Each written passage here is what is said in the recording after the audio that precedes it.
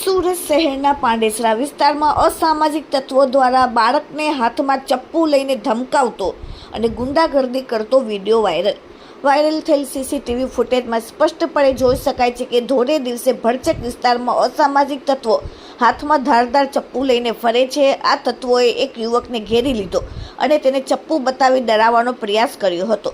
એટલું જ નહીં, તેને બળજબરીથી પકડી રાખીને માર પર મારવામાં આવ્યો હતો। આ ફૂટેજ જોતા એવું લાગે છે કે આ તત્વોને પોલીસનો કે કાયદાનો જરાય ડર નથી। લોકોની અવરજવર વચ્ચે પણ તેઓ આ પ્રકારની હિંસક પ્રવૃત્તિ કરતા અચકાયો નહોતો।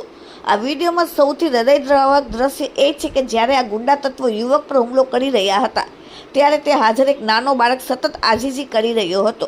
તે માસૂમ બાળક હુમલાખોરોને ન મારવા માટે કારીગરી કરી રહ્યો હતો ને સમજાવી રહ્યો હતો। ક્રૂરતાની હદ વટાવી ગયેલા આ તત્વોએ માસૂમની વાત સાંભળીને અને યુવાનને મારવાનું ચાલુ રાખ્યું। આ ઘટનાને કારણે સ્થાનિક રહેવાસીઓમાં અને ખાસ કરીને મહિલાઓ અને બાળકોમાં ભારે ફફડાટ વ્યાપી ગયો છે। પાંડેસરા શાંતાનગર ગીચ વસ્તી ધરાવતો વિસ્તાર છે।